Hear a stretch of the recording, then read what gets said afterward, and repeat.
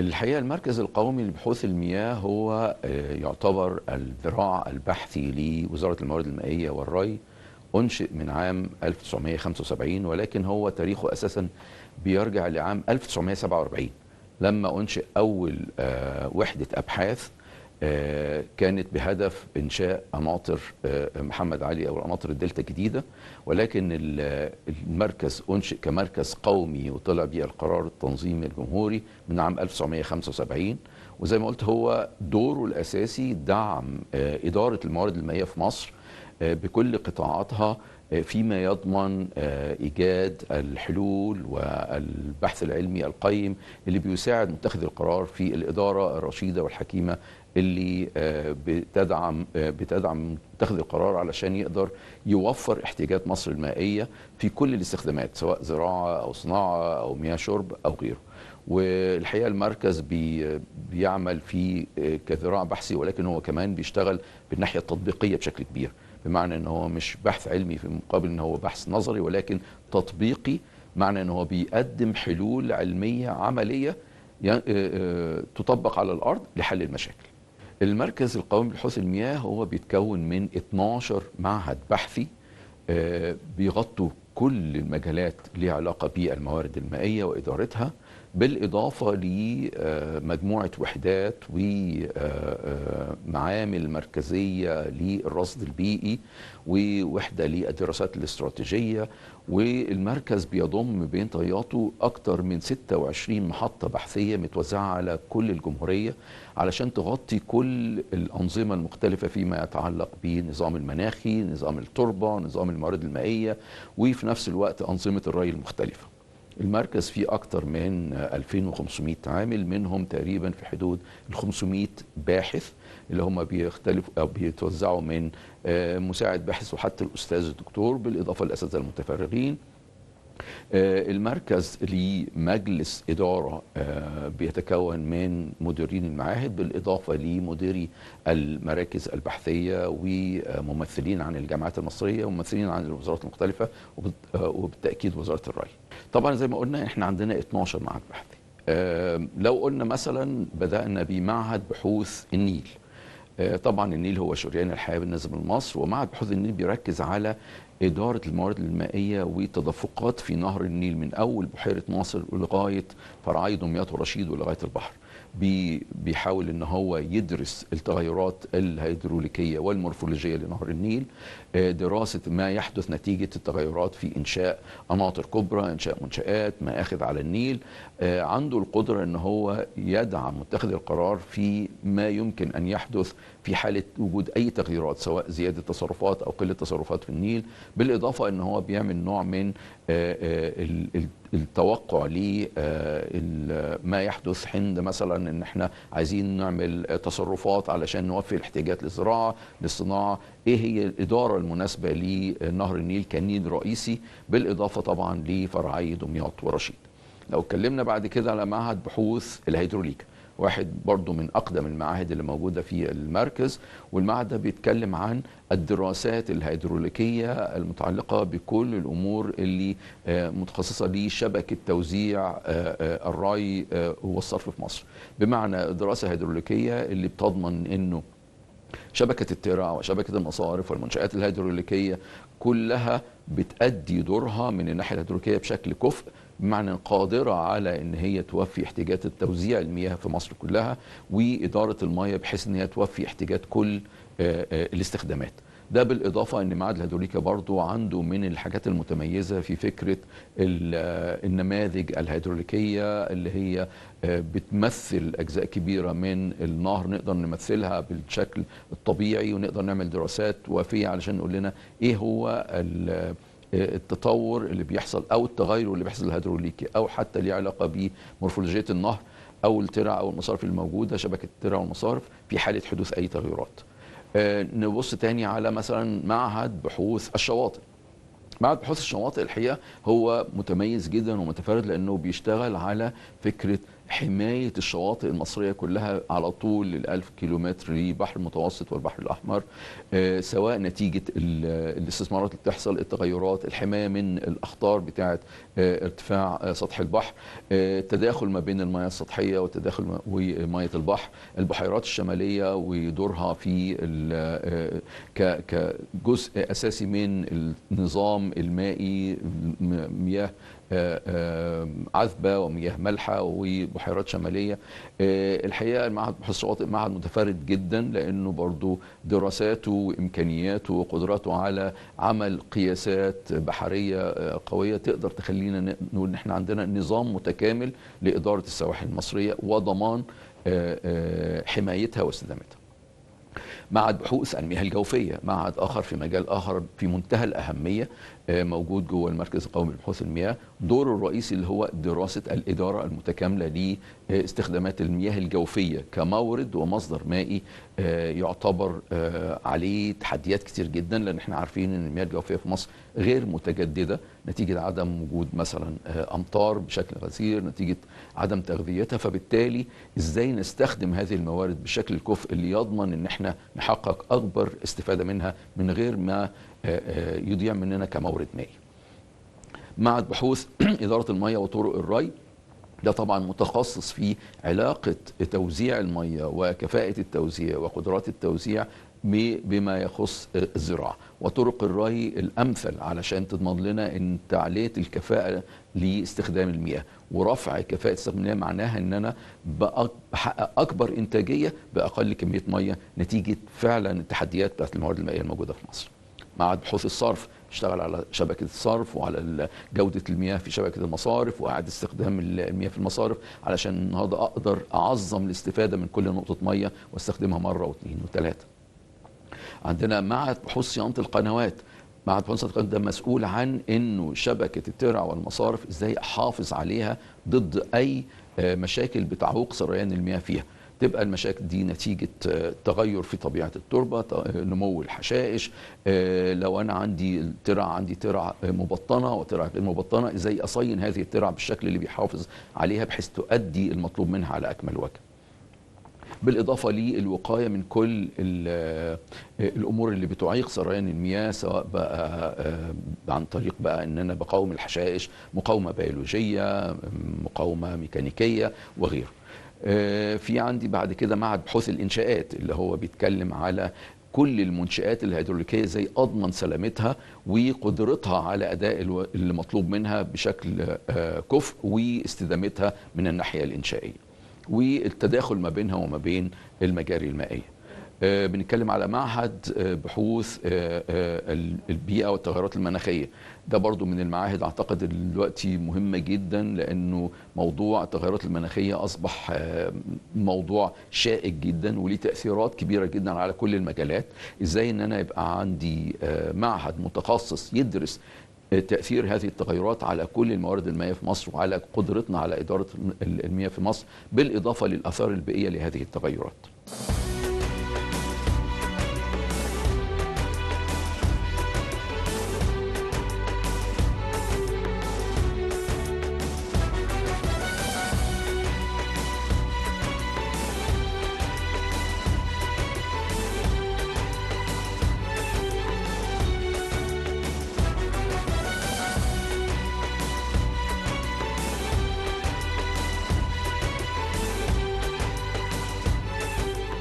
ومعهد بحوث المساحة الحقيقة من المعاهد اللي بتشتغل على شكل عرضي بتخدم كل المعاهد، لأنه هو مسؤول عن أنه أي حاجة في شبكة الترع والمنشآت والمصارف والمنشآت الهيدروليكية الموجودة سواء في على النيل أو على الترع أو حتى السواحل، إزاي أربطها كشبكة مساحية معلومة المحددات من ناحية الإحداثيات وربطها بالشبكة القومية. إزاي أن أنا بدعم الوزارة أن أنا يبقى عندي سيستم نظام واضح للقياسات كمناسيب وكمواقع بحيث في الآخر نضمن كفاءة إدارة هذه المنظومة. ده باختصار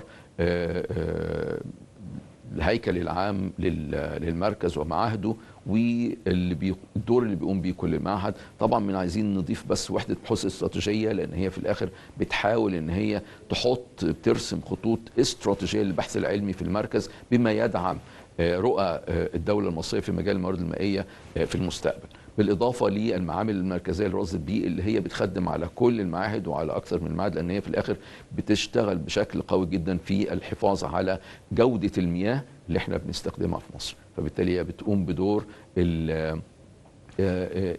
الحكم في فكره جوده المياه، واذا كان في نقدر فعلا ان احنا ناخد اي اكشن او تصرفات تحافظ على جوده المياه في مصر.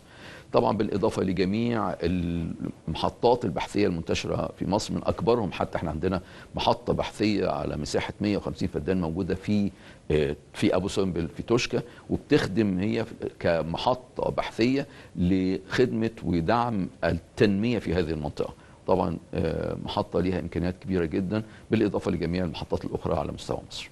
طبعا ده يعني الحقيقه من اهم الاسئله اللي ممكن محتاجين فعلا نجاوب عليها بشكل مفصل، لانه المشاريع القوميه في مصر النهارده المتعلقه بالتنميه القائمه على الموارد المائيه طبعا واضحه للعيان. احنا عندنا مشاريع قوميه بخصوص الاصلاح الزراعي على اعلى مستوى، عندنا مشاريع قوميه لها علاقه باستغلال شواطئ مصر والتنميه عليها على اعلى مستوى. المركز الحقيقه ليه دور في كل هذه المشاريع، من اول مشاريع غرب الدلتا، مشاريع المحطات الكبرى اللي اتعملت في مصر اللي هي من اكبر المحطات الموجوده على مستوى العالم. المركز كان ليه دور كبير جدا في الدراسات سواء قبل او اثناء او حتى بعد انشاء هذه المشاريع. مشاريع تنميه سيناء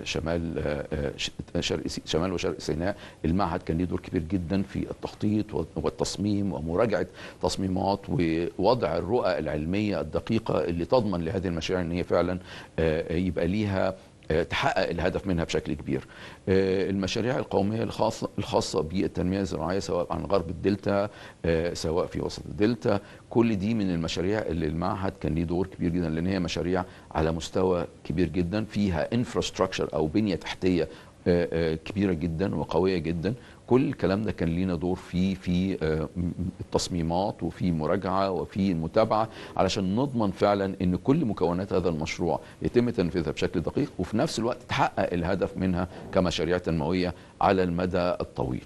احنا التغيرات المناخيه اللي بتقابلنا بتاثر بشكل كبير جدا، من اول حاجه فكره ارتفاع مستوى سطح البحر، تأثيره على الأرض في الدلتا وملوحة الأرض في الدلتا، والتداخل ما بين المياه المالحة والمياه العذبة في المياه الجوفية في الدلتا، تأثيره على ملوحة التربة، تأثيره على التنمية اللي موجودة على الساحل الشمالي. بنتكلم حتى من منطلق زيادة السكان المضطردة اللي دي بتخلينا نقدر نقول إنه الطلب دايما زايد على المياه، في المقابل إن احنا حصتنا من المياه دائما ثابته ولا تتغير. فبالتالي احنا محتاجين دايما نعظم الاستفاده عشان نوفي الاحتياجات. النهارده بنتكلم على تغيرات مناخيه غير مسبوقه بتحصل في مصر، مش بس ارتفاع سطح البحر، احنا بنتكلم على فيضانات، بنتكلم على اعاصير، بنتكلم على تغيرات حقيقيه لها تاثير كبير جدا على الموارد المصريه واستخدامات الموارد المصريه. مجرد ان احنا درجات الحراره ما بتختلف، استخدامات المياه سواء في الزراعه او في الشرب او في الصناعه على طول بتتاثر.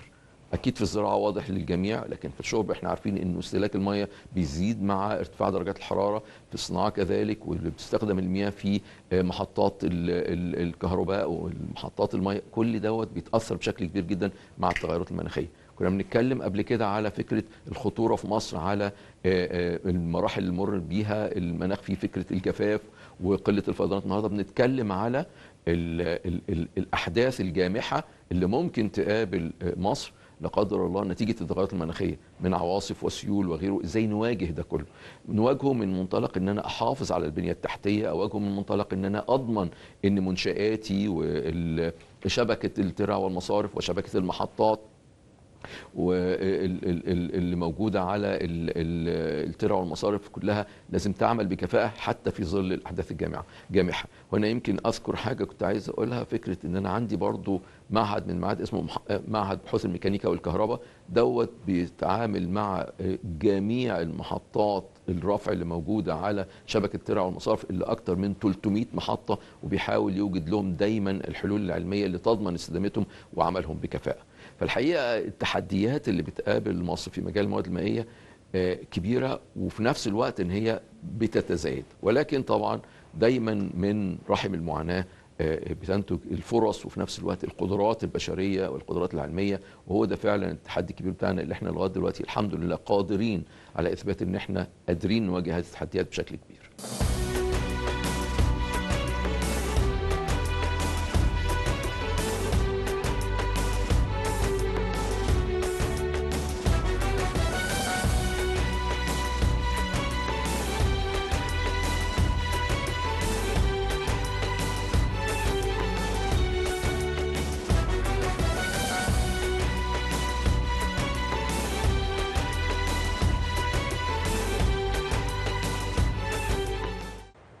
احب اتشرف ان انا اديكم نبذه عن دور معهد بحوث النيل في منظومه الاداره المائيه في مصر.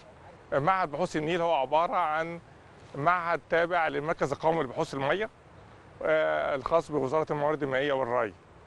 الهدف الرئيسي لانشائه اللي هو تم سنه 1975 كان حمايه وتطوير نهر النيل وبحيره ناصر على اسس علميه ومستدامه. ولتحقيق هذا الهدف احنا بنطبق موضوع البحث العلمي واستخدام التقنيات الحديثه في متابعه سلوك نهر النيل ومتابعه التغيرات المورفولوجيه والهيدروليكيه والانشطه المختلفه وخاصه الانشطه البشريه. ايضا جهود المعهد في موضوع تنميه وتطوير الواجهات النيليه للمدن على طول المجرى، ودي مهمه جدا لتنميه المجتمعات اللي هي على شواطئ نهر النيل. من الادوار الهامه لينا تحديد مسار ملاحي امن ومستدام على طول المجرى، دي لضمان الملاحه النهريه بامان طول العام، وده وظيفه اساسيه من وظائف الموكل ليها المعهد. المعهد بيقوم بدور في تدريب كوادر داخل مصر وخارج مصر في دول الحوض، وخاصة على الأعمال الخاصة بحماية وتطوير الأنهار. ده جزء أساسي. طيب هل المعهد له قدرة في موضوع اتخاذ دعم في اتخاذ القرار للوزارة؟ فعليا هو بيقوم بهذا الدور عن طريق استخدام نماذج معينة، عن طريق بيانات متوافرة تاريخية موجودة من المعهد من فوق 100 سنة ماضية، وعن طريق هذه النماذج يقدر يدي حلول لصاحب القرار اللي هو خاص بمشاكل معينة.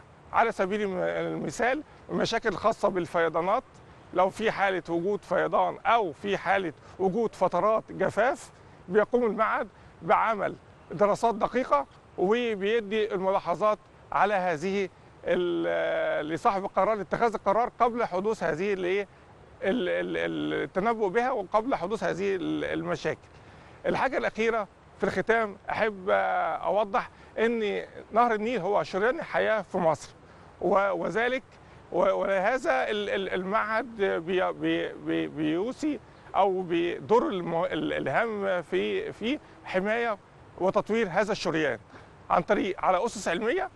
وفي نفس الوقت الغرض من الدراسات اللي بيقوم بها المعهد هو عبارة عن أن هو يحفظ هذا الشريان وليس للأجيال وليس للحاضر ولكن للمستقبل، وده الدور الأساسي للمعهد.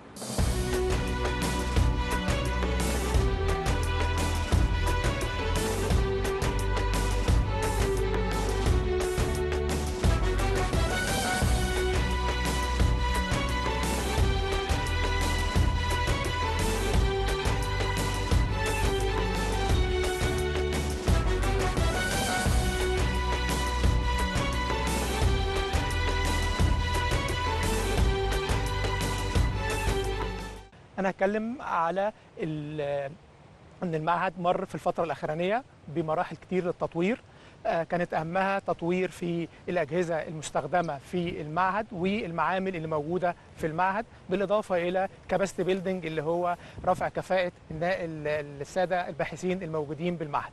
بالنسبة للأجهزة، أول تطوير حصل عندنا في الأجهزة تطوير الأجهزة المساحية. احنا أساس الشغل بتاعنا بيبقى عبارة عن مساحة توبوغرافية على سطح الأرض ومساحة هيدروغرافية.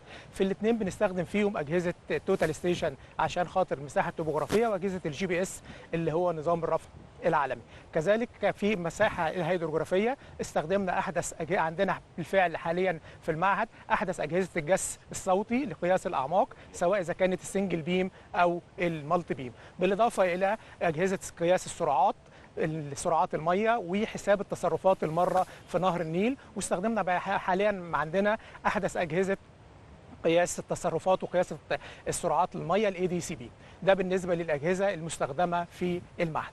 كذلك تم رفع كفاءه المعامل اللي موجوده في المعهد. احنا عندنا معمل لنوعيه الميه تم رفع كفاءته. كذلك احنا بنقوم باعمال حمايه الجسور على طول نهر النيل. كل اعمال الحمايات او كل اعمال حمايه جسور او واجهات على نهر النيل، احنا المعهد النيل هو اللي بيقوم بالدراسات الخاصه بيها. وكل الابحاث اللي بنقوم بيها دي كلها بتبقى ابحاث جايد موجوده لمتخذ القرار في الوزاره، بحيث ان هو يقدر يتخذ القرار السليم في لكل هذه التحديات اللي موجوده عندنا في المعهد. تعاون معهد بحوث النيل مع معظم قطاعات الوزاره، قطاع مياه النيل، قطاع حمايه النيل، قطاع التخطيط، الهيئه العامه للسد العالي وخزان اسوان عشان خاطر البحيره، بالاضافه الى الهيئات الاخرى زي هيئه النقل النهري التابعه لوزاره النقل. شكرا.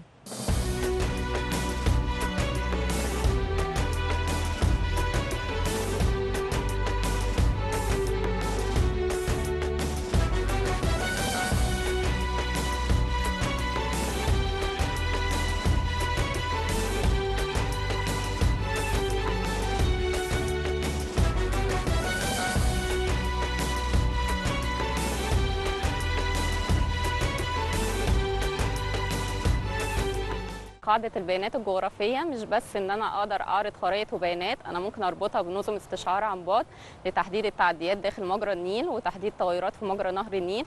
كمان اقدر اربطها بنماذج رياضية متقدمة اقدر من خلالها اعمل سيناريوهات مختلفة للفيضانات والجفاف، وبالتالي في حالة الفيضانات ممكن احدد مناطق الغمر للأراضي الزراعية والمناطق السكنية، وبالتالي أقدر أعمل إدارة للأزمات وتقليل المخاطر. عندنا مشروعات خاصة بتحديد مناطق الغمر باستخدام نماذج رياضية متقدمة. بنستخدم موضوع برضو الذكاء الاصطناعي في المشاريع اللي هي متعلقة بنوعية المياه وجودة المياه، كمان في تحديد خطوط تهذيب وإدارة النهر باستخدام الذكاء الاصطناعي. وبالتالي احنا بهدف ان احنا نطور قواعد البيانات بشكل مستمر، لانها بتساعد في اداره ذكيه لمجرى نهر النيل واداره الموارد المائيه بشكل مستدام، وبالتالي اقدر ان انا اعمل تخطيط مستدام لنهر النيل.